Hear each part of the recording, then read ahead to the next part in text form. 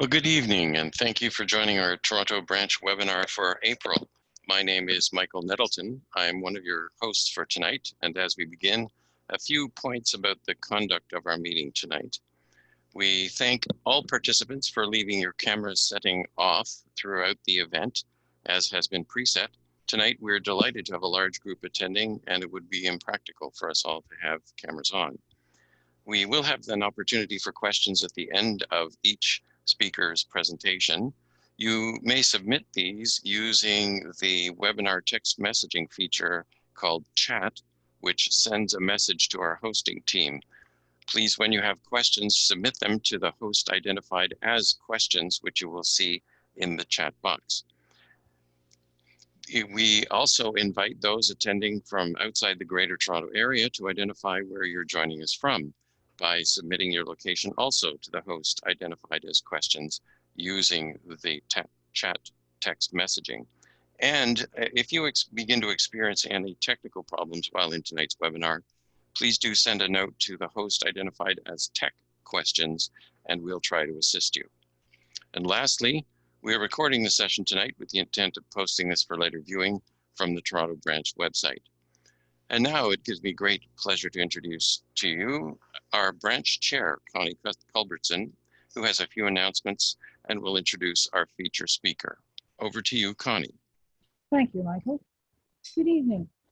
It's my pleasure to welcome those near and far to this month's virtual meeting. Whether we meet in person or virtually, we meet on land that is the traditional territory of many nations, including the Mississaugas of the Credit, the Anishinaabe, the Chippewa, the Haudenosaunee, and the Wendat peoples. Toronto is covered by Treaty 13 with the Mississaugas of the Credit and is home to many diverse First Nations, Inuit, and Métis peoples. From my window, I see winter's destruction and spring's promise of hope. At this time, 2 short years ago, we experienced senseless and tragic violence at our doorstep. Now, our family, friends, and fellow genealogists in Nova Scotia are in mourning during these unprecedented times. I hope that you are continuing to value and connect with family and friends, to take care of yourself, and to relax as you discover new ancestors. In these challenging times, Toronto branch is working diligently to explore various electronic means of communicating with you. Tonight's meeting is just one example. One of our more complex challenges is the branch 2020 annual general meeting that is customarily held in May. This meeting will take place later and members will be informed. Annually at the AGM, all positions on the executive committee are open for election. Your branch needs you. Nominations close May 6, 2020 at 5 p.m. For more information, please contact the Toronto Nominating Chair at ogs.on.ca, and that appears on your screen right now. Now, I invite you to relax, sit back, and learn from this evening's presenters. We all love a good story, and we all have stories that we like to tell. Are we sure of our facts? Have we included the necessary details? Is our story interesting to others? Lynn Palermo, the armchair genealogist, to the rescue. Lynn will share the habits of an organized genealogist so we may learn how to improve our stories. Welcome to Toronto branch, Lynn.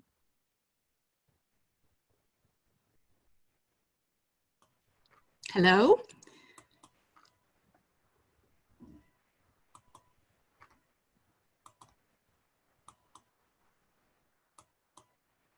Hello, everyone. Thank you, Connie, for your introduction. And hello, everyone, and welcome to the Habits of a Highly Organized Genealogist. I first want to start by thanking the Toronto branch for inviting me here this evening.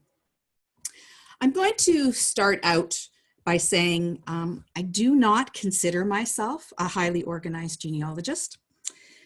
I do some things very well and others not so well, and I'm sure that you can relate to that. What's important is that we find a way to fix what's working, what's not working, and find some solutions. And tonight is not about convincing you to throw out your current system, but to help you find a way to tweak those weaknesses in your system and to help you find simple systems and workflows that you can do consistently.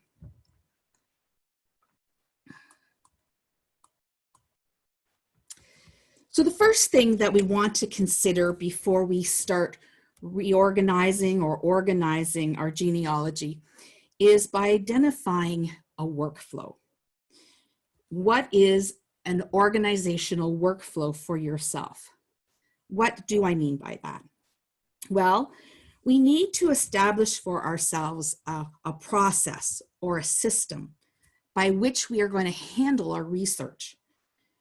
If we create for ourselves this workflow and we are consistent with it, and that's key, consistency, and you're going to hear a lot about that from me tonight, then we'll be much better off at keeping ourselves organized. Now, this is a workflow that I've created that I feel probably best represents the most logical way we will handle our research. And it all starts down here with the research. And the first thing we should do once we have found a document or a photo is to cite that source. Now, depending on whether that source is in a digital format or a paper format will determine where we head next. So if it's in a digital, then we need to decide where and how we're going to store that digital record. And we have another number of options. We can file it in a genealogy program. We can file it in our computer files. We can file it in cloud storage. We can also put it in our online tree. So you might be storing it in one or more of these places. And this might be where your problem lies. You might put it on your computer, but maybe not in the genealogy program. Or you might put it in your online tree, but not on your computer file. You might have any combination of these going on, and you may not be consistent with where you are adding and storing these digital files. We really need to decide which of these we wish to use and be consistent each and every time. We don't necessarily need them all. And remember, we want to make it simple for ourselves. Now, if your document is paper, then the first thing we need to do is digitize it. And then again, we need to decide where we're going to store that computer file, genealogy program, cloud storage, online tree. But you also have to deal with the paper and where you're going to store that paper document. Now you'll also notice I have these lines from the online tree back to research, because oftentimes we find research in those online trees such as Ancestry and Family Search and MyHeritage. So as you acquire research from those online trees, you once again need to go through the process. You need to cite the source. And then you need to decide, do you want to print out that document to paper, store it, and then where else are you going to file it besides just on that tree? So I want to move forward now and look at each of the points on our workflow and how we can make them more efficient. So as our workflow demonstrates, one of the first actions we need to take when we find a new piece of information about an ancestor is to cite the source. Where did we find this piece of information? Now, in those early days when we were young and enthusiastic family historians, you may have been a little sloppy in this respect. Or we might have some new family historians in the audience tonight, in which case this is very valuable information to you. Because what has generally happened is when we're new, we get very excited and we find a new piece of information. You know, we chase that next shiny red ball, and sometimes our citations suffer as a result. But as we grow as genealogists, we learn and we do better. So now some of you may be backtracking, while some of you may have been very diligent and have gotten it right up front. But I want to offer you a couple of suggestions on how to manage this part of your workflow, so it's a little bit easier and a little less painful. So first of all, just a quick little review on sources and citations, just for anybody new in the audience, okay? So a source in genealogy research is basically a census record, a birth certificate, an interview, a book, a website, just to name but a few, okay? And the citation points us to that source, to the origin of that source, the exact materials. So think of a citation like a trail of breadcrumbs back to the source.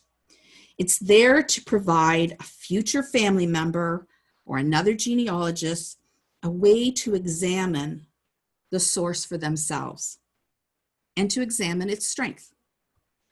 So also, if you plan to write about your ancestors, then it also helps you to prepare for publication. So we want to use citations to guide others, to guide ourselves in our research steps, but also to guide others back there, to test and re-examine that evidence, and also to prepare information for publication. Now, as a beginner genealogist, we can be very intimidated by creating citations. Unless you come from the academia world where this might be second nature to you, for some of us, it's old school, and meaning it goes back a long time since we've done anything like this. But there are several avenues that we can use to help cite our sources. Now the choice is yours. And again, it's going to go back to where you are in your genealogy journey, your level of experience, what you're comfortable with, and what you're using in terms of your workflow, your process. Now, genealogists, for the most part, use Chicago Manual of Style. So I've given you a link in our show notes for tonight to the online version of Chicago Manual of Style. If you're using a genealogy software program, many of these programs give you the ability to create a citation within the program to fill in the details of your source. Many online trees will do the same. Ancestry, Family Search, MyHeritage. They all provide you with source citation details of your documents. So you can capture them either within the program or on your trees. And if you happen to download your trees to your GEDCOMs to the programs, it's all going to be captured there. Now, some of you may have heard about Evidence Explained by Elizabeth Shawn Mills. And she has written what I sort of call the Bible of citing sources for genealogy. She covers all variables and aspects of creating citations. Now, this is not for the faint of heart, okay? It's not something I recommend for beginners because I don't want to scare you completely off of doing citations. But if you're a little further along in your journey and you wish to elevate your source citing, then I highly suggest you invest in a copy and also check out her website. And again, I've given you the links to that in your notes tonight. So those are a few options that are available to you. But today I want to invest some time taking a closer look at another option. And this is called a reference manager.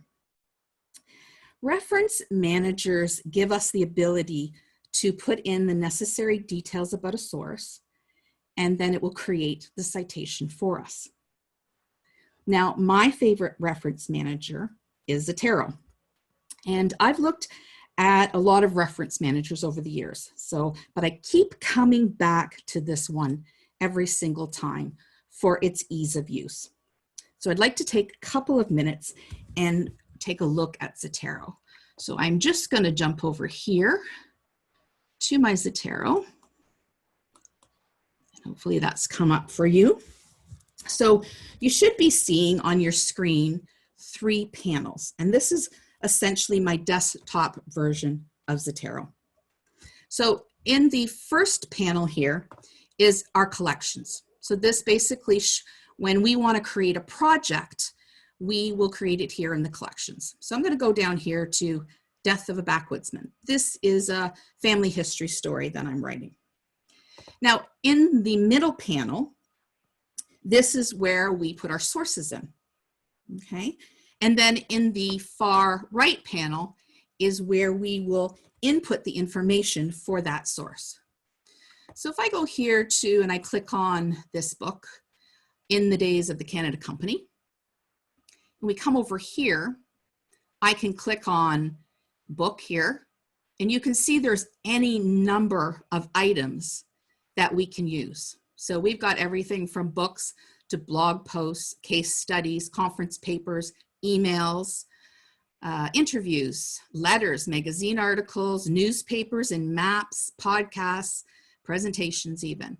So there's a lot here that is available to us. It's probably not going to have everything we need when it comes to genealogy, but it does cover quite a bit. So once you choose the item type, then you can simply go down and enter the information, your source information. It's very simple, and type it in.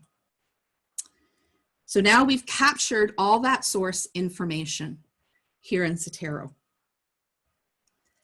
Now, again, I should mention that I've already got this set up for Chicago Manual of Style. So in the background, you can go in and you can choose your style. So we've already got this set up. Now up here, we can take a look at these tabs. So the first one is all the information about the source. We also have notes. So we can click on here and we get a little screen and we can type in some notes. So if I was going through this book In the Days of the Canada Company, and perhaps there were some pages that had some information in it, I could maybe jot some notes down here, jot down the page number. Great place to keep some information about what you've been looking at in that particular source. Also, if we go up here, just move that, and we go back, we can look at tags. So we can add tags to our sources. So in this case, you can see I've added the tag Canada Company. If I go over here and I click on my Death of a Backwoodsman and I click on the tags, you can see the tags in our panel down here on the left-hand side. And I click on Canada Company, it brings up all my sources that I have tagged with Canada Company.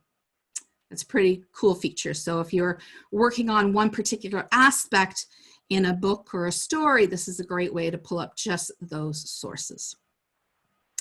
If I go back to related, and we'll go back to Death of a Backwoodsman, I can then also relate two different sources within. So here I have connected the Canada Company contract for John Phelan to this particular book.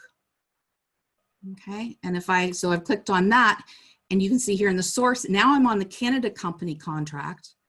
And if I look over here in related, we can see the book In the Days of the Canada Company. Okay, so going back, and let's click on The Days of Canada Company, and we'll go back here, and there's all our information again. Now, if we want to make a citation, I'm going to go up here to click on this particular In the Days of the Canada Company, click on Edit, Copy Citation. And just to show you, I'll go over here to Notes. It's Untitled Notes, so I'll open that up, and I'll give a paste, and there's our citation. Okay, pretty simple to do. And you can, if you wanted to copy that citation into a Word document or wherever it is that you want to put this citation, you can just copy away to your heart's content. Now, if we want to create a bibliography, I can go over to Death of a Backwoodsman, do a right click, and go down here and create a bibliography from collection. Pretty easy to do. And actually I've gone up here and just did a simple one for you, copied it into the sources. So it's all right there. Okay, so that's a quick little look at Zotero. There's certainly more to this great program, but it really would be a presentation all into itself. But a couple things to note about Zotero. First of all, it's free. Okay, so under the free program, now you get about 300 megabytes of memory. And honestly, I've been using this program for probably well over 5 years, and I've yet to pay for it. What I generally do is have 1 or 2 projects going at a time. And once the projects are done, then I just clear them out, make way for more projects, and then I don't really ever have to pay for the program. However, it is really quite affordable. 2 gigabytes of memory is about $20 annually. 6 gigabytes is $60, and you can get a lifetime unlimited for $120. So very, very affordable. What is also wonderful about Zotero is that it backs up to the web. So you can go to zotero.org into your account, and everything that you see here that I've done here on my desktop will back up into the web and be stored there. They also provide apps for tablets and iPhones. So it's really nice in that respect. If you are traveling, if you're out in archives, you have easy access to it. So this makes it really easy to take with you into an archives and record your sources at the moment that you find them. No scribbling notes on loose pieces of paper or in the backs of notebooks and never to be found again, right? You have a really nice system here for capturing those citations right away. All right, let's go back to our presentation. Here we go. Now moving along, some of you may find yourself in the situation where you haven't been doing a very good job at keeping your sources and citations in order. Maybe you have a lot of missing pieces. Maybe you were chasing those shiny red balls in the beginning of your research. Well, I created this process, this 10-step process for getting your citations under control for family historians who might be in that situation. And actually created this quite a few years ago, and it was quite popular and is actually published on the National Genealogical Society website. So I have included it in your handouts for tonight. I have listed the 10 steps and an explanation of each of the steps. So I'm not going to go through each of these steps tonight because it would take us quite a bit of time. But I wanted to make it available to those of you who might be in this situation where you are backtracking, where you are trying to clean up your citations. So this is a step-by-step process that you can work your way through, citing your sources 1 surname line, 1 ancestor at a time. So that is available to you if you need it. Now we're on to habit number 3, and that is taming the paper monster. So I have a love-hate relationship with paper, probably like most you do. I love paper. Nothing excites me more than to hold an old document in my hands. But also nothing irks me more than the stacks of boxes filled with genealogy papers that are taking over my home. I'm also fully aware that my children don't want those boxes. This is why I write family history stories, why I create books, because I believe that's what will be passed on for generations to come. Our children are minimalists. They do not want our boxes of stuff. So I'm doing my best to tame that paper monster. And I'm trying to beat down that hoarder in me and let some of this paper go. For many of us who've been researching for years, in the beginning, mostly everything came to us via paper. Now we have digital. So we have this hodgepodge of both digital and paper. And the paper can really start to take over our homes. So I've got a very, very simple 3 steps to taming your paper. We're going to digitize. We're going to create a digital file for those scans. and then we're going to store the paper. So let's take a look at these. First of all, I want to talk really simply about scanning and scanners. There's lots of scanners out there on the market. If you have a nice office and you have the room for a flatbed scanner, by all means, I would impress upon you to do that, particularly if you have a lot of scanning to do. But you also might want to invest in portable scanners. My personal choice is the Flip Pal. That's my go-to. There's also the Wand out there, and digital cameras work really well as portable scanners. Now, why would you want both? Well, those portable scanners are wonderful for traveling to archives or to family members' houses. Of course, if you're going to an archives, you always have to ask if they allow to scan. But maybe you're heading to Aunt Mary's house and she's got some pictures of your mother when they were young. Well, a portable scanner can really come in handy, especially if your relative is reluctant to let you take those pictures home to be scanned. So it's really nice to have some processes in place for scanning that can meet a variety of needs. Now, I'll be honest, this is one of the things that I fall down on. I hate scanning. So for those of you like me, you might want to consider a company called Forever Storage. Now, what they do is they'll send you a box, and there are a variety of different size boxes at different prices. You fill the box up and you ship it to them. It's postage paid. And they will scan the pictures in the box for you and upload them to cloud storage for you, and then ship the pictures back to you. So if you've got a lot of scanning to do, a little more expensive, but it makes short work of the job. Now, there's so much I could tell you about this company, but again, that would be another presentation. You can also go to your office supply. I have Staples here. That is our major office supply store here in Canada. But most office supply stores offer scanners available, so you can take your pictures in and you can scan them there and then just pay for the scans. So you don't have to invest in a scanner, but certainly investing in a scanner makes it a little bit more efficient for you. You'll notice on here, I don't have a cell phone or a tablet for scanning photos. And it's not that you can't use them. If you have no other option in a pinch, certainly go for it. But they do not create a print-ready digital copy. So a good digital copy should be copied or scanned at 300 DPI.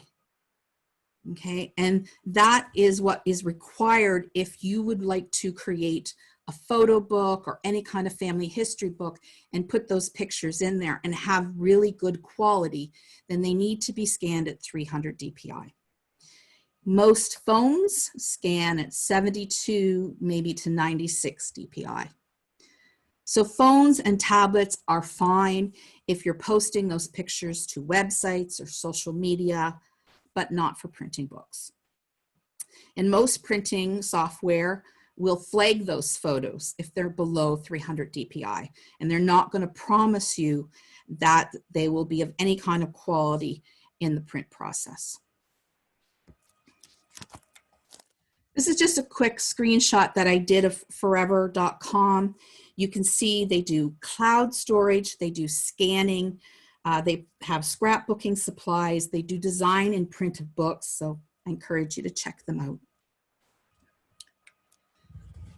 So, one thing that we need to address is that we don't need to keep everything.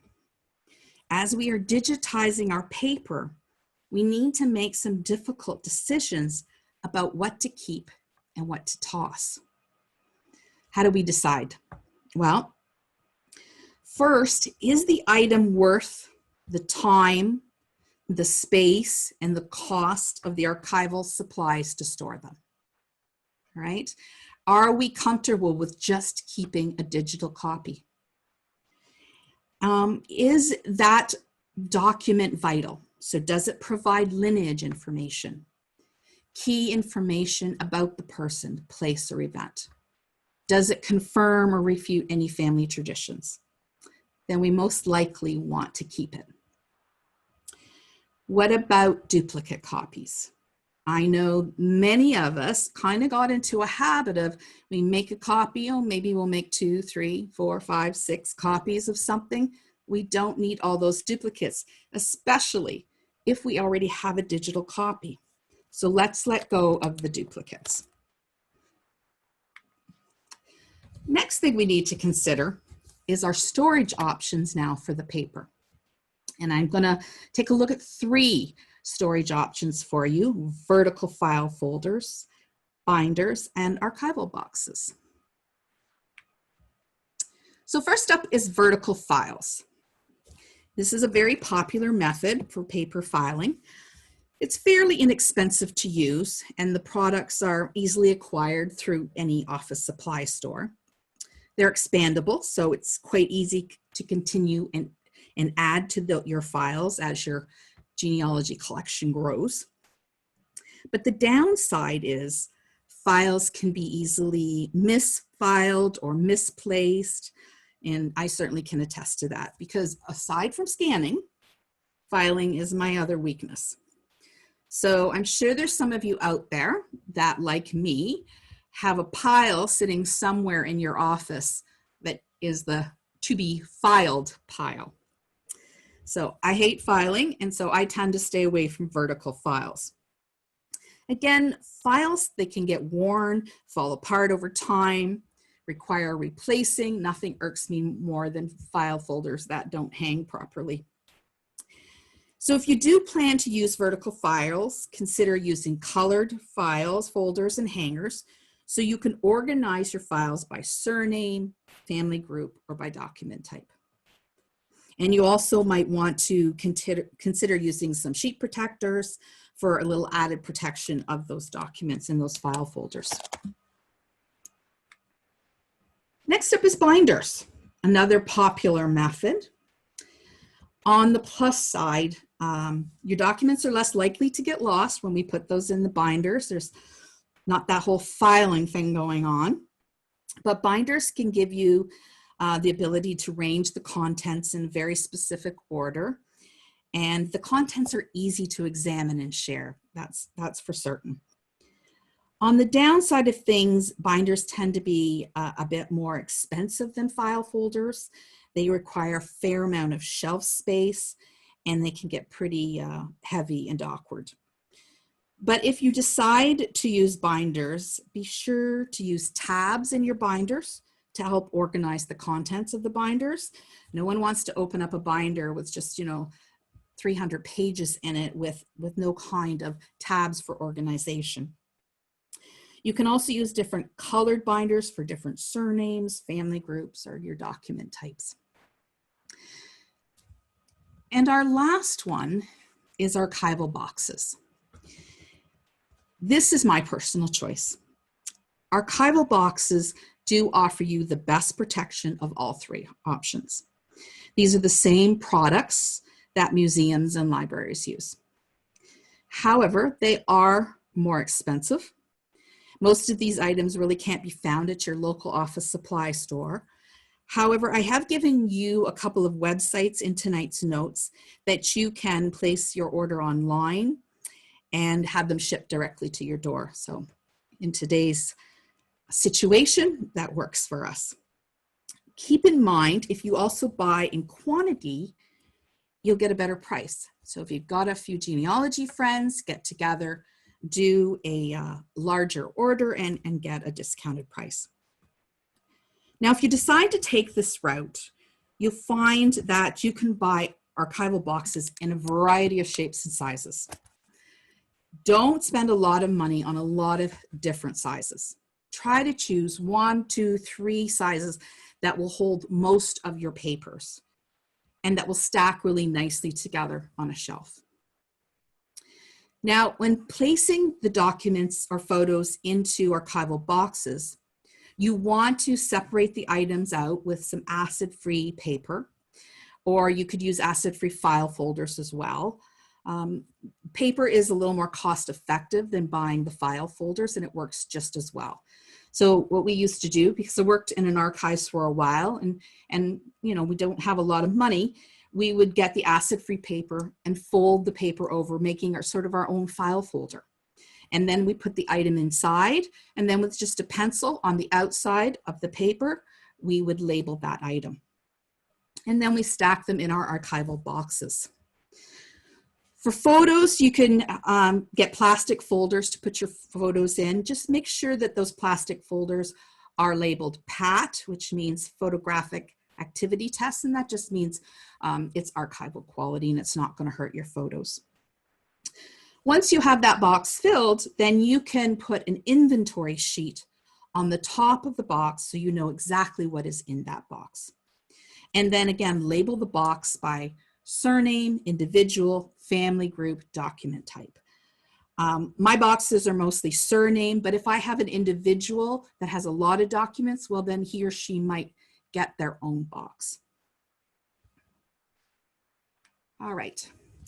And I want to take a couple of minutes to talk to you specifically about organizing pictures. Because when it comes to pictures, you really want to use the same organization as you've done your paper documents. But I want to talk about a few other tips when it comes to those pictures. And first of all, I want to talk about scanning. When you are scanning your photographs, it's best to save it at 300 DPI, as we mentioned earlier. But you want to make yourself a master digital copy by saving the photo in a TIFF format. And all good scanners will give you this option, okay? So a TIFF is basically a high quality picture, but it's too large to share. So it's just best to make it and set it aside so that you have a nice high quality picture. You want to name that, you may want to use your chosen naming scheme to file that document. We're going to talk about naming schemes in a minute. Then we want to make a copy of the TIFF, and we want to convert that copy into a JPEG format. Now this is going to be your working copy. So you're going to use this JPEG to share with people, to edit, to, you know, for social media, because every time you share an image, it becomes compressed and it loses quality. So we don't, what happens eventually is that then we just have this JPEG that is so poor in quality that we can't use it for anything in terms of if you wanted to print it in a book, let's say. So that's why we want to make that TIFF copy, and we want to make sure we save that in a master digital file. The next tip I want to talk to you about when it comes to pictures is metadata. Metadata simply means data about data, so don't let it overwhelm you. But if you think about a paper picture and you turn that picture over, and if you're lucky, there might be something scribbled on the back, and maybe we're going to have a date and some names and the place that the picture was taken or the event. So metadata is basically that. It gives us the ability, either on a photo or a document, to put some information in there. So, and that information carries forward with the picture. So how do we do this? We right-click on your digital photo, and then you click on Properties. And the window you see here will open up. And then you click on Details, really 3 tabs, General, Security, and Details. Click on Details. And then within there, you can then begin to enter information about this photo. So you can give it a title. You can put the subjects that are in the picture. You can add some tags to it if you'd like. Any other comments? So in here, I've put where the picture was taken. The authors, so if it's a document, the authors, if it's whoever the photographer was, if you know who took the picture, if there's, when you acquired it, when the picture was taken, if there's any copyright that needs to go along with that picture. Some people like to put a number to their pictures, number all their pictures, so you can put an image ID in here. So then you save that, and that is basically saved with the picture and will continue to travel with the picture. So just so you know, this is a picture of this little guy right down here is my grandfather. So what happens then is, though, you got to make sure that you are conveying this information somewhere. You want to make a note that you've done this so that whoever inherits these pictures knows that that information is there. Not everybody knows about metadata, so you want to make sure you inform them so that as these pictures move forward with your family, they know that that information is there. All right, we're on to habit number 5, and that's utilize a consistent filing system.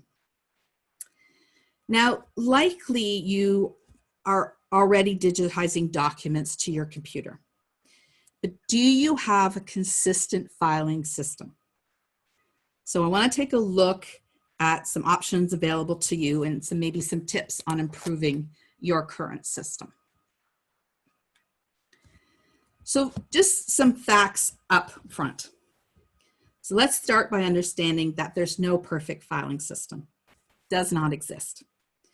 Your filing system is going to be fluid. As you grow as a genealogist, so will your filing system. When you start a filing system, take it out for a test drive. Don't convert everything over up front.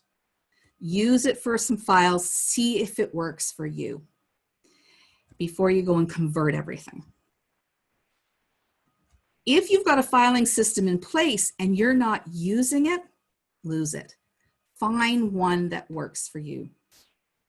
And also don't be tempted by fancy systems. Oh, there's lots of people out there that want to show you their fancy system. Keep it simple. The best thing to do is to come up with your filing system, how you like to file, and to create yourself a cheat sheet. So you could do something very simple like what I have here in front of you.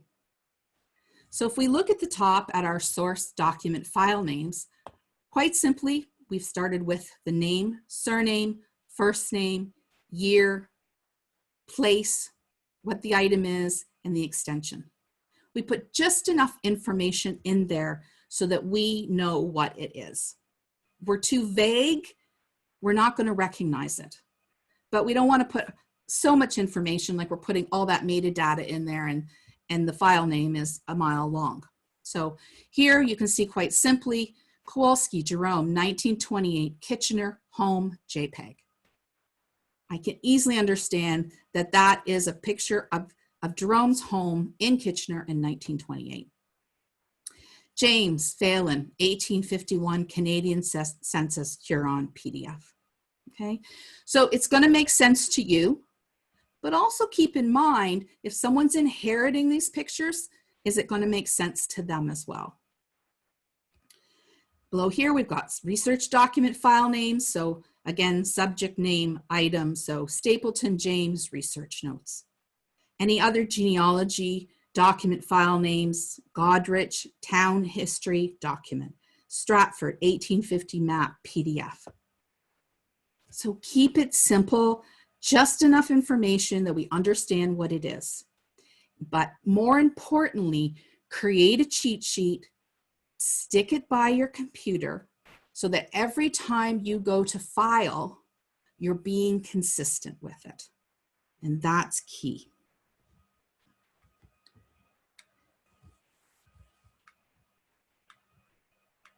Okay, I didn't want to move.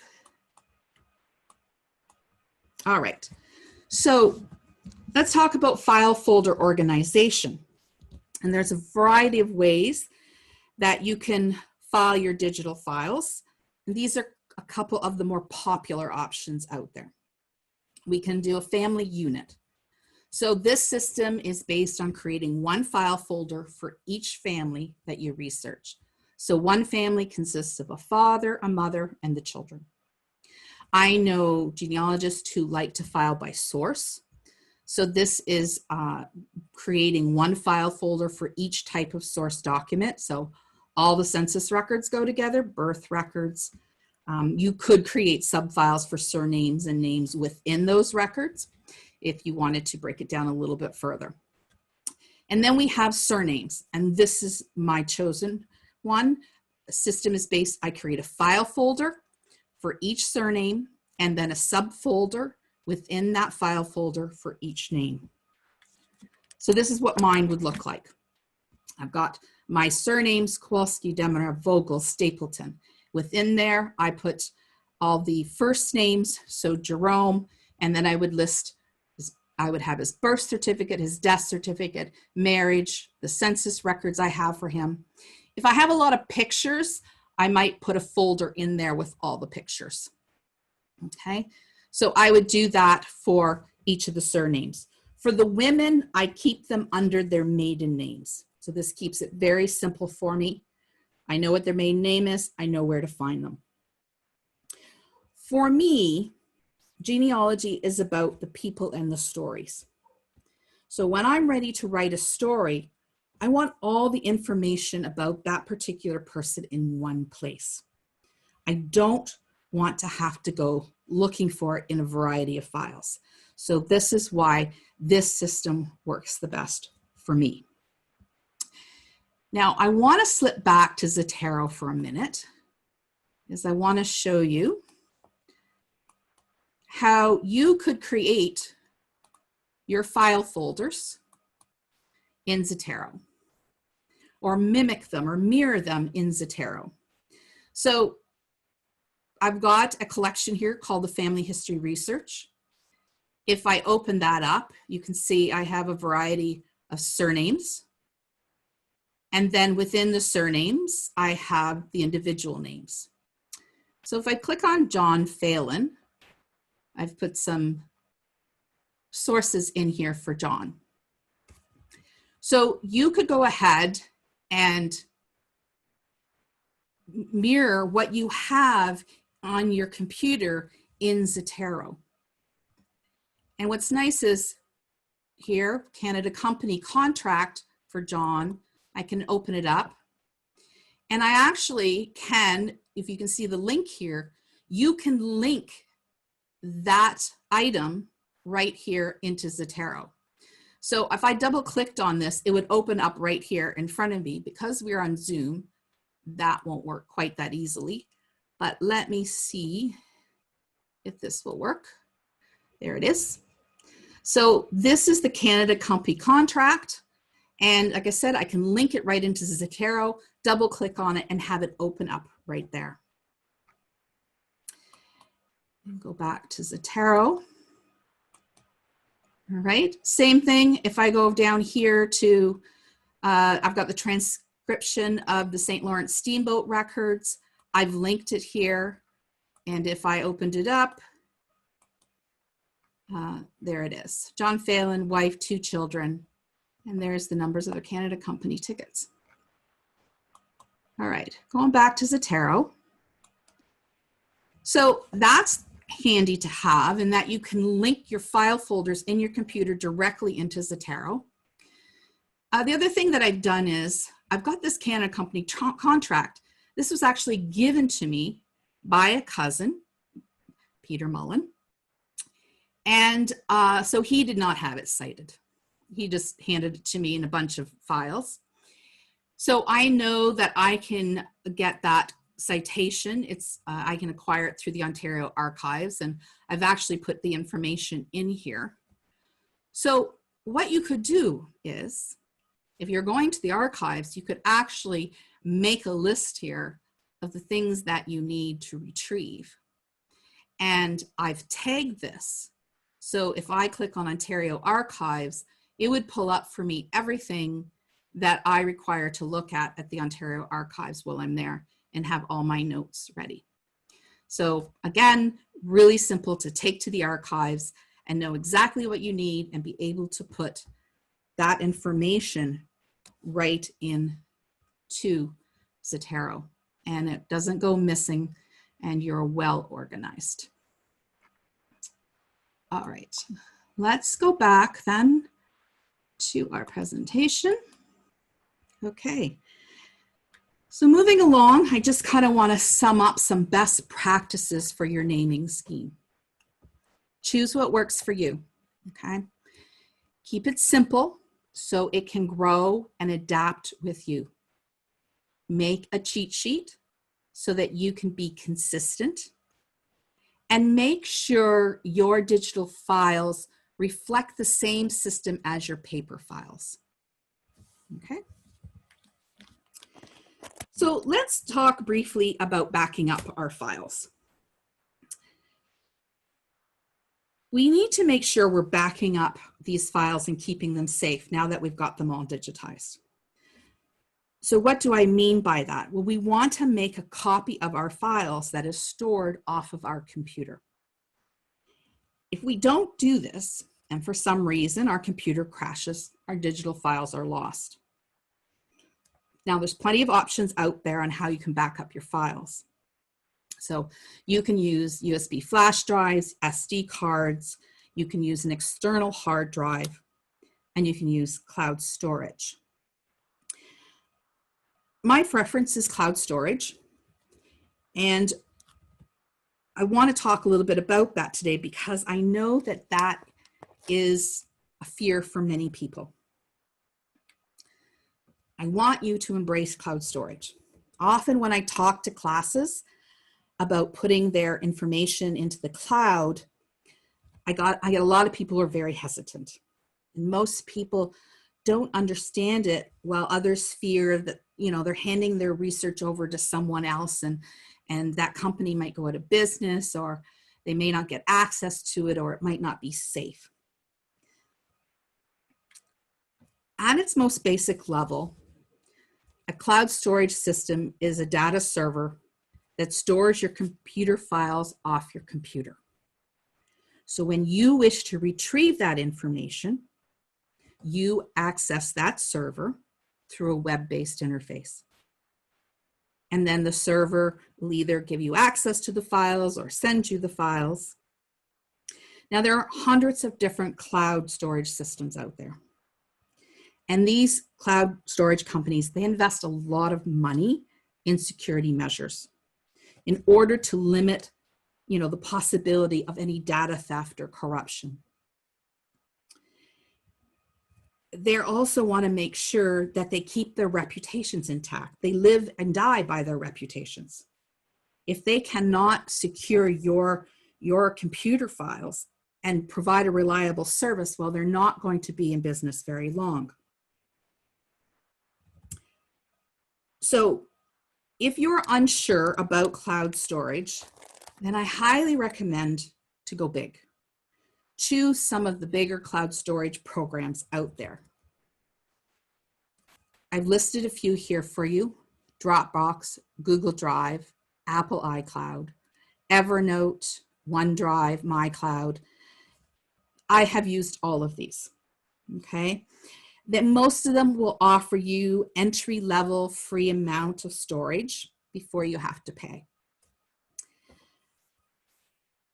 Recently though, I've invested in MyCloud. And what that has allowed me to do is I was actually paying for Dropbox and for Evernote. And now I have stopped paying for those two, and I've made a one-time purchase for MyCloud, and now it backs everything up. So let me explain a little further. You get this nice little box that you can go and purchase at your local office supply store. And you plug it directly into your Wi-Fi router at home. And it will back up all your photos, your videos, your music, all your files into one central place at home. But you can also access it from anywhere that you can get internet. So like I said, it's a one-time payment. You purchase it. The payment will depend on the size you get. So you can get anywhere from 2 terabytes to 8 terabytes. The nice thing about this is automatically backs up your files. So we no longer have to do, oh, it's the first of the month, we've got to go and back up our genealogy files. No, this does that all for you. You don't need to think about it again once you've set it up. It's also nice is that it organizes your files nicely. You can easily define. So you can go into that cloud storage and it can mimic your filing, your genealogy filing system. The other thing about it that's nice is you can have several user accounts. So we have this in our home. I have my account on it. My husband has his account on it. So if I go in to look at my files, I don't have to look at his files. We have two separate accounts, but it's all being stored on the same MyCloud home. Okay, so it's a really, really nice way to back up your system and making it as simple as possible. And you don't have to worry about losing your genealogy files. The other thing that's nice about it, it's going to back up all of your devices. So your desktop, your phone, your tablet, all of them. So habit number 7 is to find a genealogy program that works for you. Now, just about every major genealogy website out there lets you build a family tree online, right? But if you want to save that information to your computer, then you need some sort of a genealogy program to download it to. And I think this is an important thing to have, because if we don't have it, then we tend to be a slave to those genealogy websites. So if you're paying for an Ancestry account, which is a lot of money a year, you can, and if you're not doing a lot of researching, and for those of us who may have been researching quite some time, we may not need Ancestry as much anymore. Downloading that GEDCOM to a program can help us eliminate that expense. These programs can really be great programs to keep your genealogy organized. But remember, once again, they're only going to be as good as the person putting the information into it. So if you're not consistent, if you don't make it part of your workflow, then you have purchased this program and you're not using it to its best ability, okay? You want to make sure it's part of your process.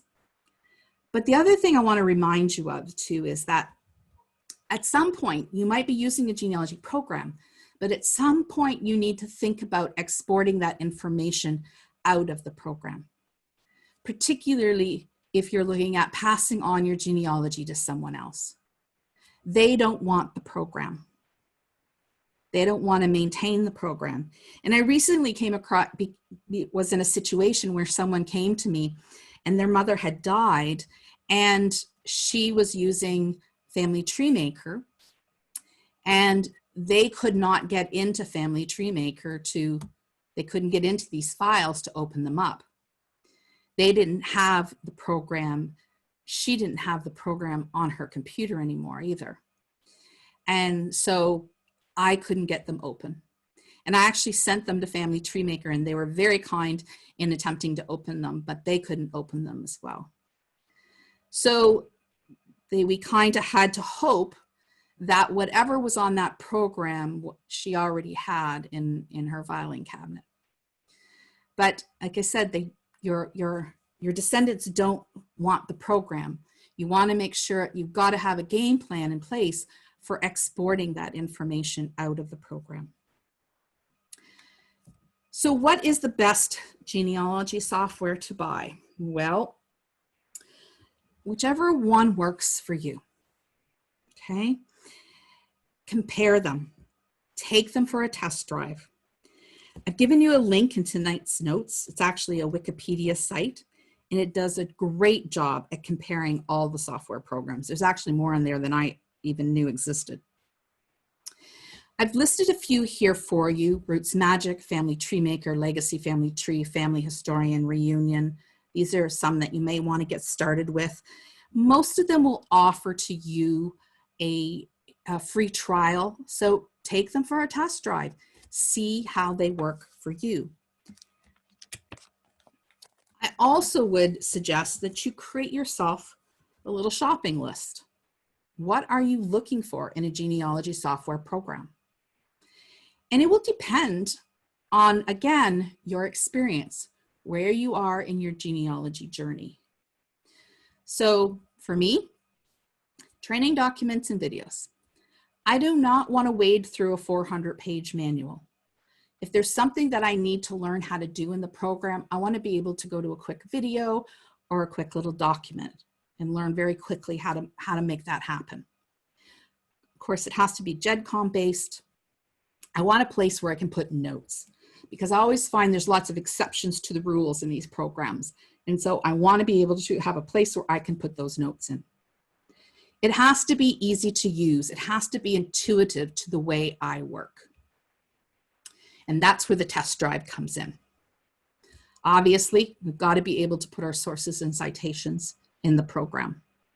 I always like to look at reports. I love reports. I like family group sheets, so I like to be sure that it offers reports. And I always like to see what kind of new reports these different programs are coming up with. I love to have a phone or a tablet app because, again, I love to bring my genealogy on the road with me. Sometimes I take family history trips, and I like to be able to open up my genealogy wherever I might be. I'm a very visual person, so my genealogy software program needs to be pretty, needs to be visual. I need to enjoy looking at it. It can't be confusing or awkward. So that's important for me. May not be important for you. So make a shopping list and decide what it is that you're looking for. And like I said, you might be a beginner and you may not be sure just yet what you're looking for. Chances are, if you've been doing genealogy for a number of years, then you have tried a few of these programs. And so you have a pretty good idea of what you're looking for in a genealogy software program. And maybe the one that you're using isn't working for you. So you might want to take a look at some other options.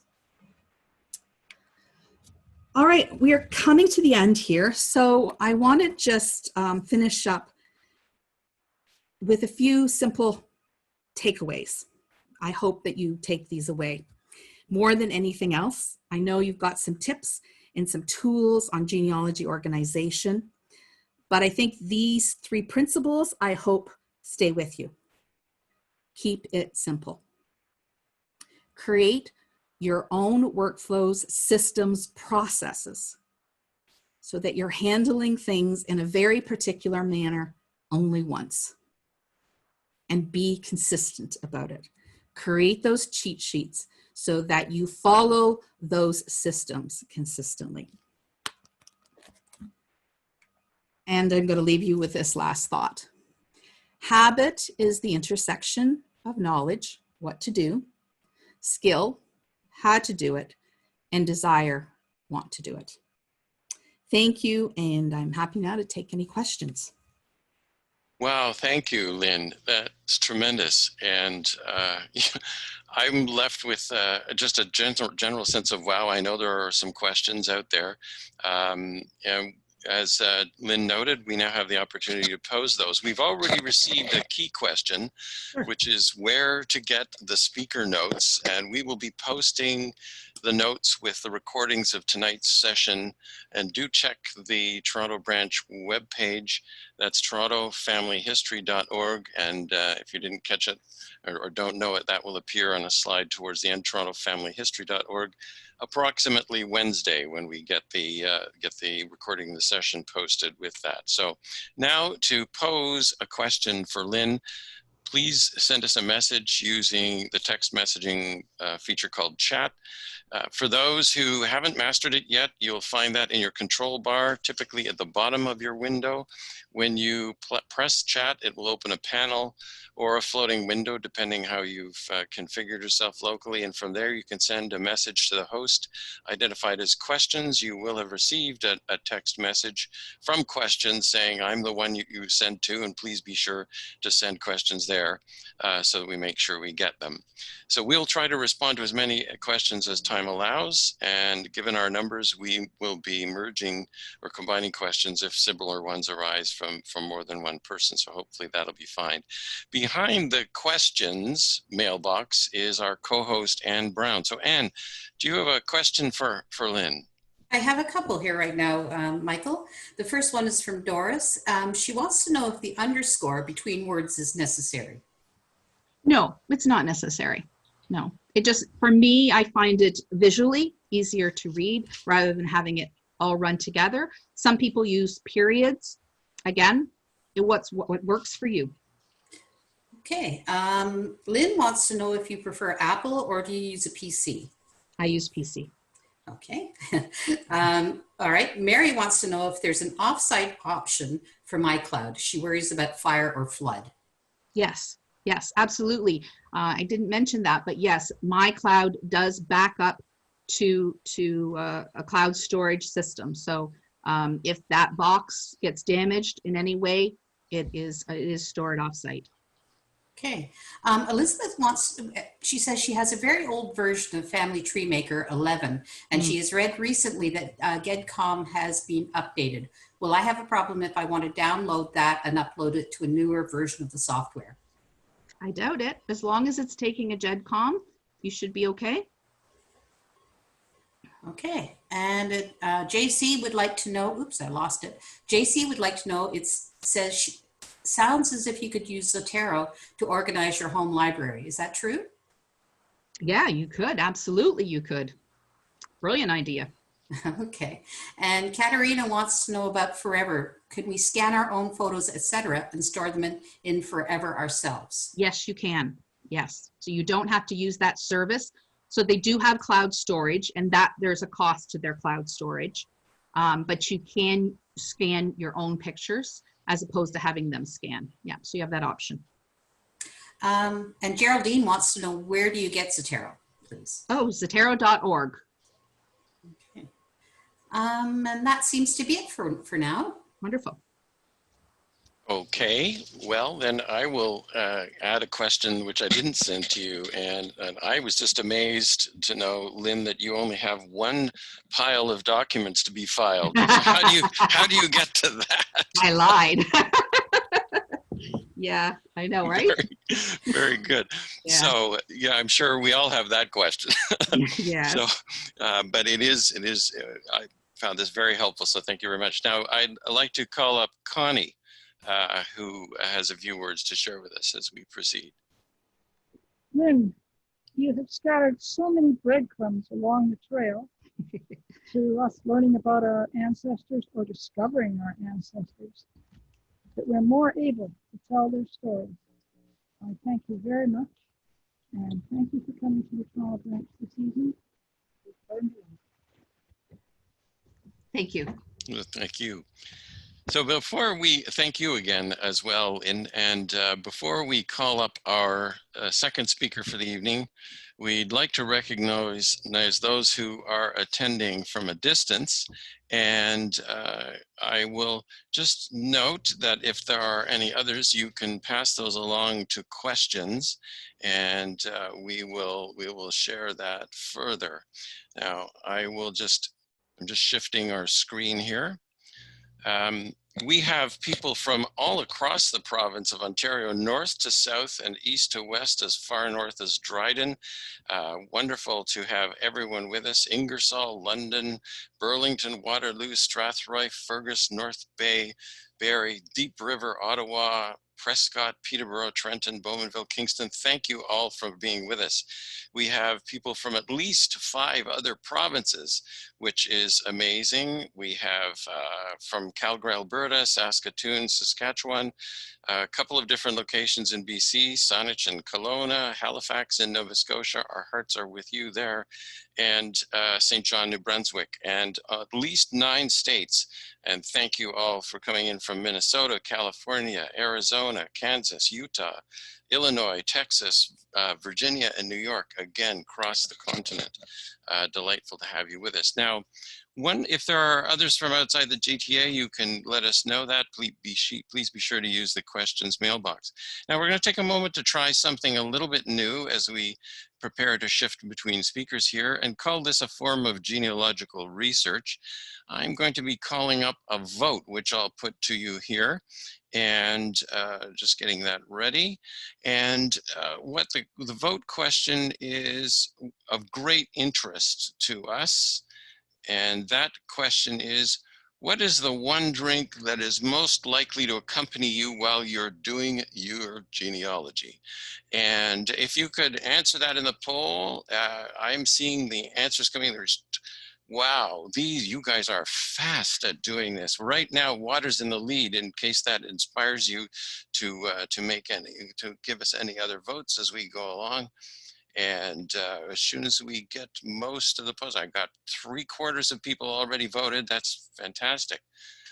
Moving along, water's still in the lead. And we seem to be slowing down a little. I'm going to give it another 5 seconds if you haven't voted yet, or if you're still thinking. And that's amazing. So the summary results that we're getting to is about 40% of us drink water, 18% coffee, 25% tea. So that puts water in the lead, followed by tea. If you add herbal tea, that's another 5%, putting it at 30%. I guess the rest of us who haven't answered are the ones who spend a lot of our time in archives where you can't drink anything at all. So thank you for responding to the poll. That gives a chance to test out the polling feature, which we look forward to using in future sessions as well. Now, I can quickly share the results with you here. I didn't do that initially. Now you'll be able to see where that all went in. And thank you for the creative people who would like to have mead or brick wall potion as they're going through theirs as well. Now, I would ask Connie to once again unmute her microphone and hand over to her to introduce our next speaker. Connie. Thank you, Michael. I think next time we should try for Screech, though.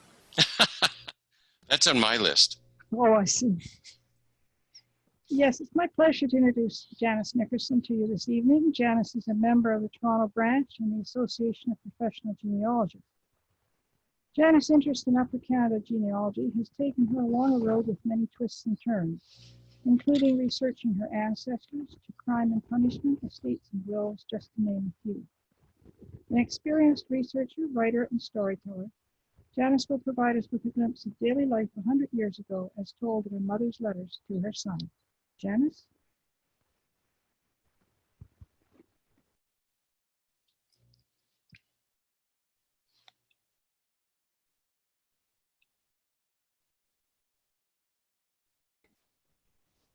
Okay, thank you. And let's see. Here we are. I can't get the poll to go away. There we are. All right. Hi, everyone. And thank you for staying to hear my little presentation. I'm going to give you a little taste of daily life in rural Ontario as told by my great-grandmother, Emma Chant, in her letters to her son, Joe. Now, I apologize in advance if my kitty interrupts. She sometimes sneaks up and cries loudly. I'm hoping that that will not happen in the next few minutes. I'm going to start with just a little bit of family background so you can understand the context here. My great-grandmother, Emma Chant, and her family had recently moved south from Northern Ontario to a small farm just outside of Bowmanville. But her 17-year-old son, Joe, was still up north working near Sudbury in a logging camp at this point, and she wrote to him most Sundays. And he saved dozens of her letters, not all of them, but a very large number of the letters that he sent to her were saved. And when I was writing a book about the family history, Joe's son still had those letters and he loaned them to me so I could photocopy them. So I had these stacks of photocopies for a long time, but I didn't do anything with them. Until last fall, I decided to go through and transcribe them. And then because I had created a Facebook group for the descendants of Emma and her husband, there's about 50, 60 of us now in the Facebook group, I decided to post the transcripts of the letters one day at a time over a 6-week period. And it was a real hit with the cousins. The letters show a lot of Emma's personality, a lot of little family history nuggets. But I also realized after that, and especially with the comments of some of the cousins and whatnot, that the letters provide quite a glimpse of history at the time. And many of the themes that appear over and over in the letters reflect wider societal trends that are really interesting. So I'm going to share some excerpts from the letters with you, organized into a series of themes. And I hope you find them as interesting and fun as I do. So I'm going to start by showing you an example of one of Emma's letters. First, just a second. Uh-oh, there we go. Okay. Before I do that, this is the family as it was in 1919, when just after the letters started. You can see here, there we go. This is Emma, and she's the author of the letters. And behind her, standing up here, this is Joe, who she's writing to. And over here, this Ted is my grandfather. Okay, so that's the family. And you'll recognize some of these names as we go through the letters. The oldest is Doug. Let's see, what's the order? It was Doug, and then it was Beulah, and then it was Joe, and then it was Doris, and then it was Ted, and Chris, and George, and Alan, and Miriam. Okay, so on to the letters. So this is what they look like here. This is the first page. And this is the second letter in the set, but I chose this one because it's a particularly choice story. Written on the 12th of July, 1918, from the farm in Hampton, and the address is Rural Route 1. It says, "My dear boy," most of her letters start that way, "my dear boy. I cannot just remember when I wrote to you, but it's time to write again anyway. I'm up, you see, today, not exactly on deck yet, but right side up, and able to help myself and move around a little, which is quite a treat. We've got another dandy baby, just about like Alan and the rest of you were. She's fat. I said she looked like Mrs. Charlie Currier, and sleepy, and doesn't ask anything more than her due in line of care of attention. So I guess we will get along. We named her Sunday Miriam Matilda. Miriam for everyday use. Matilda after Grandma C. Do you know who the first Miriam was? Grandpa Chant came on Tuesday. Yesterday he went into Oshawa with Papa and Doris. This morning he's down at the creek fishing. Papa and Ted and Tommy, that's Stanley in overalls, are haying these days. Tommy drives Queen to the hayrake, and she and Queen are as chummy.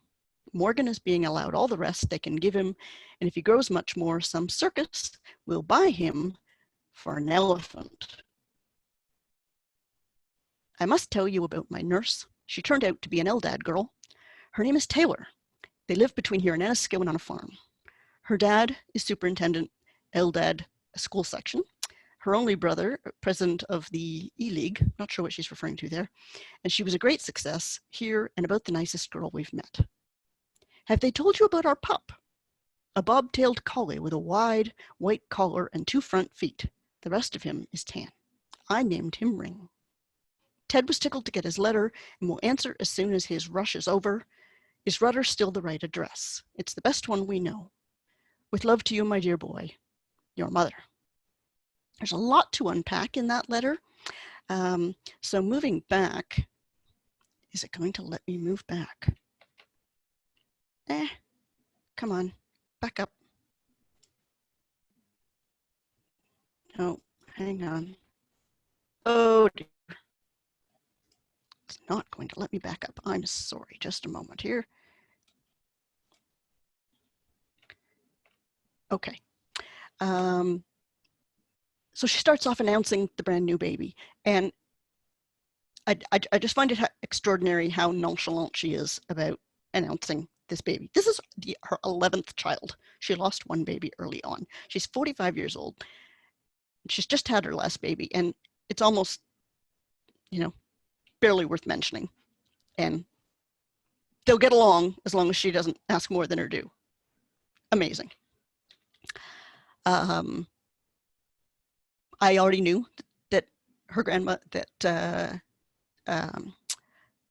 father's mother's name was Matilda. She was known as Tilly. Then she refers to Grandpa Chant coming by, trips to Oshawa, that's mentioned fairly frequently. And then we come along to Tommy, hysterical. The middle child in this family was my Aunt Stanley. For some reason, when they came to their 5th child, they thought the 5th child was going to be a boy. They'd been alternating, and they were all set to name the boy Stanley, and they had a girl. So they called her Stanley. Anyway, her middle name is Emma, but they called her Stanley Emma after both her parents, but she went by Stanley. So she already had a boy's name, but she turned out to be a tomboy. So what do? They give her the nickname Tommy. I just thought that was hysterical. Anyway, and then Queen and Morgan, those are their 2 horses. I heard lots of stories about Queen and Morgan from my grandfather, so that was kind of cool. And then an awful lot of the letters talk about different neighbors and various other little towns and whatnot. And then she closes by talking about their new dog and spending almost as much time on the dog as she does with the baby. So that's cute. Okay. Theme number 1, the new baby. So now from here on, I'm going to give you just little excerpts that following each theme. So the first mention was in July. She doesn't mention her again until a letter in December, where at the end of the letter, she closes it, Miriam is calling. Then a month later, she mentions Miriam is actually getting fat now that she's getting Rosie's rich milk. Rosie's one of their cows. I must fix the milk for the baby's night bottles now and take her to bed at the end of the letter. Then in March, Miriam is 9 months old today. She's coming along nicely now. She can sit up alone. We think she looks a lot like Jackie. Isn't he a cutie? Jackie was the eldest son of her eldest son. So she's a grandmother at the same time as she's just become a mother. And then in May, you should see Miriam these days. She lives outdoors, rolling around on a blanket, happy and fat. We've begun to take pictures of her now, so we hope soon to have some to send you. It's almost a year old before they're taking any pictures. But then again, pictures weren't quite as cheap in those days as they are now. And then in the next letter, she includes a snapshot. It says, the snapshots turned out NG, no good. If I had all the cash that's been wasted on failures, I'd maybe buy a camera to take some real pictures. This is the best one. It looks about as much like Miriam as the cat, she says. Funny lady. Okay. And then 6 months later, a year and a half later, Miriam's had a great Christmas. 2 dolls, a little broom, some dishes, and Alan's Mother Goose book, which she enjoys as much as he was the next oldest. She knew most of the ditties before, she'd never seen the pictures. Okay, next theme, the radio. This theme comes a little bit later in the letters. Starting in February of 1923, she starts mentioning the radio.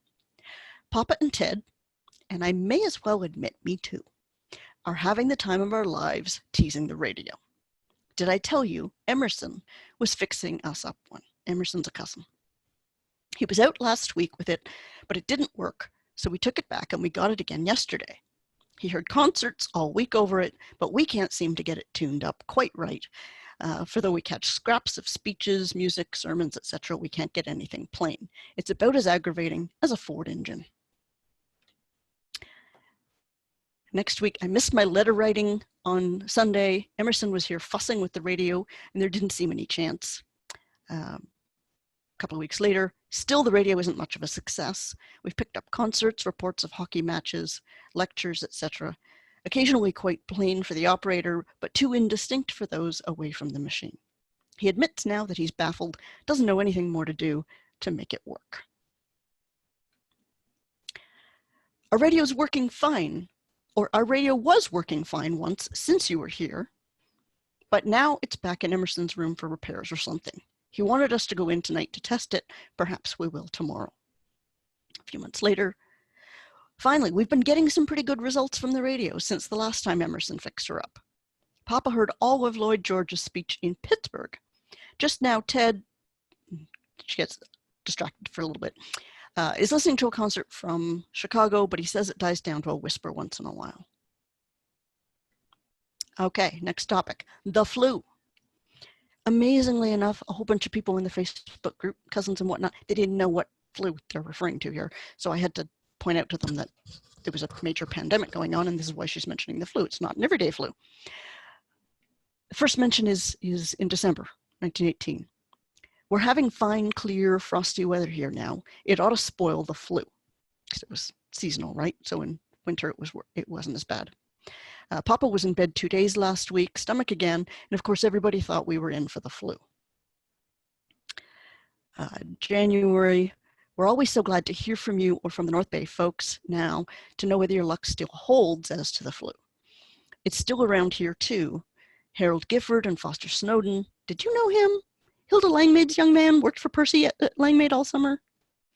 Are two of the newest cases. I got a letter from Irene since New Year's. Irene's her daughter-in-law, married to Douglas. Douglas is about the only one in the mill who hasn't had the flu. Billy McSeen nearly died with it. Next month, you thought it was a long time since any of us had written, and I was quite sure that you had the flu because we hadn't heard from you in over 2 weeks. Then on in May, have you heard, I wonder, of Bill McMillan's death? It occurred on the 23rd of pneumonia, flu, I guess, after 3 weeks illness. I'm anxious to hear from Espanola again. They escaped so wonderfully when nearly everyone else had the flu in winter. Next theme, the deer by train. This stopped me short when I started reading. I thought it was the most bizarre thing. November of 1922. Last night about 8 o'clock, someone phoned us via Runnels, they didn't have their own phone, that a deer was at Salina Station for us. Salina is a little village nearby where there was a new train station. It was soon hanging in our woodshed. Tomorrow we'll divide tastes of him around the neighborhood and your stock will go up about 25%. Your ears will probably burn considerably this next week. Anyway, it's a fine buck and we're very thankful for it. You should see the chesty way your dad marches everyone that comes around to see it. And then December 23, Alf Air phoned last night that a deer was for us on the night train, and owing to there being no agent at Salina, they carried it on to leave in daylight. So this morning, Ted went to go and get it, met Herb Pascoe bringing it. We haven't skimmed or cut it up yet, but I know it will be dandy. Many thanks, Joe. He's shooting deer up north and sending them to his family on a train. Bizarre. Maybe that was a common thing then. Maybe in the comments you can tell me if you've ever heard of such a thing. Okay, next theme, pulling teeth. Oh, this one horrified me as I was reading. February 1919. This is just, her final baby is only 7 months old at this point. It says, last week, I took a notion to have neuralgia for an hour or so every day. When it became fairly monotonous, your dad phoned Dr. Sleeman and he came and gave me some dope, and worse than that, and made me agree to go by the dentist this week and have all my teeth pulled. Maybe I don't dread it. To joke, I assume. This is sarcastic. He is to go along and give me anesthetic. Next month. Mind you, my old teeth are in yet. The dentist was laid up on the appointed day and Dr. Sleeman hasn't fixed another date. A few weeks later. Mind you, Joe, my old stumps of teeth are in yet. Dr. Sleeman has been so busy, he and the dentist and I cannot apparently hit on a convenient day for all. A couple of months later, last Friday, Dr. Sleeman came in his car and took Papa and me to Oshawa, where they doped me to sleep and extracted all my teeth, and then brought me home again. I've been more or less of a wreck ever since, but the swelling is going out of my face now, and the sore spots are healing, so I suppose the worst is over. And that was it. She never mentioned it again. On to social life. January 1919. It's getting kind of lively now, the season for wood bees having opened up. Papa and I were at one, Arthur Langmaid's. About 20 couples, besides 7 or 8 children were there. They go as early in the afternoon as possible and saw wood till dark. And then such a supper. The women have quilted, served carpet rags, or done their own fancy work and gossiped all afternoon, and eaten supper first, so half a dozen of them can wait on the men. And then the men stay and play games until midnight. We had to come home at 7 to milk, etc., and we thought it hardly worthwhile to go back, but some do. Beulah, that's the oldest daughter, had been at 2 where just young people were asked, Art Stanton's and Fred Langmaid's, and we hear of a number of more to follow. The youngsters have been making sarcastic remarks about the long, lonely winter evening in the country. Here's how it went last week. Monday, we had the teacher, Miss Annie, and Florence and Vida Langmaid here to tea in the evening. Tuesday was League. Wednesday, the BP class concert. Not quite sure what the BP is. Thursday, we were at Langmaid's B. Friday night was a practice for the play. Mr. and Mrs. Robbins were here for the evening. And tomorrow night, it begins over again. We're invited over to Armour's with the Bible class. Haven't said we'd go, for the gang meets here to practice, and I guess maybe I'd better stick around. Tuesday, I intend to have J. Balsons and W.J. Langmaid here to tea, a debt that I've owed some months. We were invited in to Reverend William Washington's in Bowmanville for dinner Wednesday, but we are as liable to have Mr. McCormish here that day with his engine and wood sawing outfit, so I've written our regrets. And they tell me Robbins are going to have either a bee or a party for the seniors this week. I'll have to go to the city for a rest cure if this keeps up all winter. So that's rural social life. And finally, the wedding. 25th of November, 1923. She writes, "Now, Jill, this is the 5th summer since he's been away that she's been writing letters. He's only been home one Christmas through this whole period. She says, now, Jill, what about Christmas? Can you manage to get home? There's a special reason. Catch hold of something while I tell you. You know it will be 30 years on the 20th since your dad and I were married. And we thought, what fun to celebrate and have you all home. But I was so afraid some of the grandchildren would be sick or something would keep some of the family from getting here. And then I'd feel so much worse than if I had not undertaken it. I gave it up some time ago. So that ain't it. Can you guess the rest? Reeford and Doris have decided to take the plunge on Christmas Day in the afternoon, and we want you all home. You know Doris, when her heart is set on anything, and she particularly wants you to be present. I'm writing Douglas, it's the elder brother, by this mail urging them too. I thought spring would have suited them as well, but patience isn't some people's long suit, as you may have observed. Well, it's being kept a secret, of course. For how long do you suppose? They think they can get away with it Christmas Day better than any other time. Catching a train about 4 p.m. for Points West, Beulah isn't to know until the last minute. That's the eldest daughter, nor the other family, except Mr. and Mrs. C, parents, the couple's grandparents. Here's hoping very deeply that you can come. It seems like about the first one of these sprees I've had to engineer. That is organizing a wedding. This is only the second daughter to get married. I'll be busy from now, as if I haven't been all fall. I've given you all the notice I could, short as it seems. Of course, I saw it coming, but I did not think it would be this year. It means going in with the family just for the present, which I don't like. The daughter is going to be living with her in-laws. But when it's no use to express myself, I sometimes hold my tongue. Tuesday, if Papa's back is sufficiently well, we're to go to Toronto and get things. I got a set of dishes in the fall, which is lucky now, and a new brown dress to go to Espanola in, but now she's going to wear it for the wedding. We all hope you can make it. In the next week. We all hope you can make it, though disappointed, I suppose. Doris will go right ahead and get married anyway if you don't come. You'll understand me, Joe. I mean, I kind of have to remind myself that we'll probably go right on living after Christmas in spite of all the fuss. The girls in Reeford went over to Beulah's on Sunday, as I knew she would, Doris told her.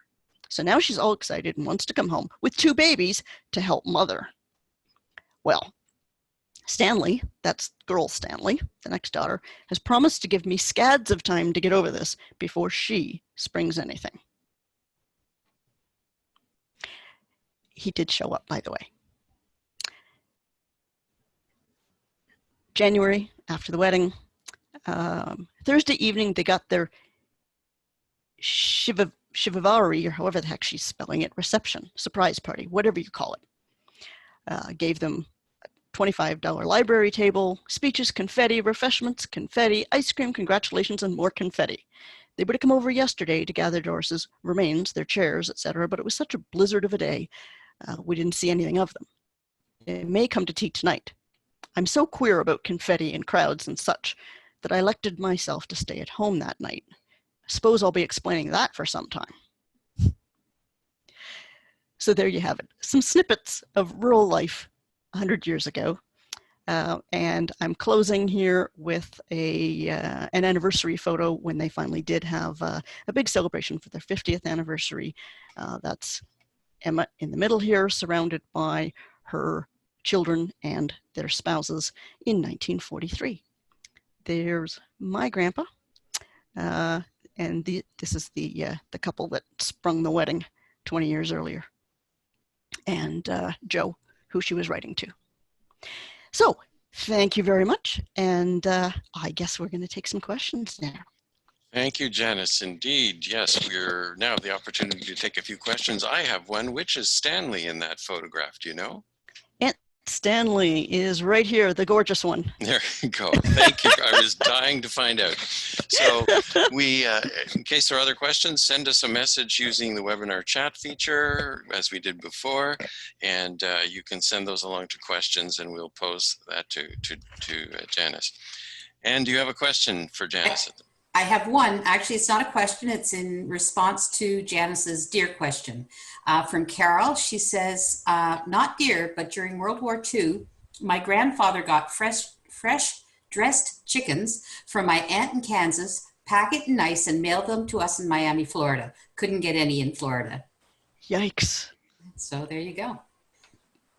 Long distance meat. And Ken, as a note, the E-League is quite possibly the Epworth League, which is a Methodist Young Adult Association. That sounds right, because the family was Methodist. Thank you very much. Yeah, that's all the questions for now. Okay, thanks everyone. Okay, well, thank you, Janice. Now I'll call on our chair, Connie Culbertson, to take the mic again. Yes, thank you, Michael. Janice, that was quite an interesting story about a large Ontario family. We don't see them that large too often anymore.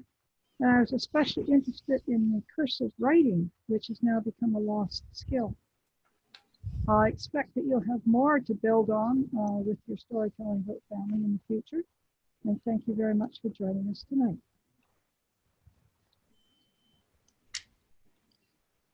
Very good. And now I'll just move us a little bit further, sharing into the conclusion of our session tonight. Just a couple of things to share.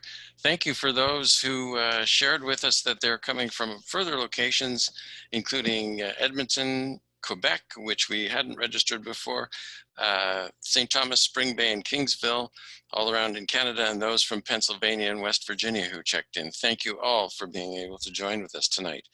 And now back to Connie with a few words from her before we wrap up. Yes. Again, thank you to our presenters and to our webinar team, who tonight were Kim and Michael and Anne and Tom.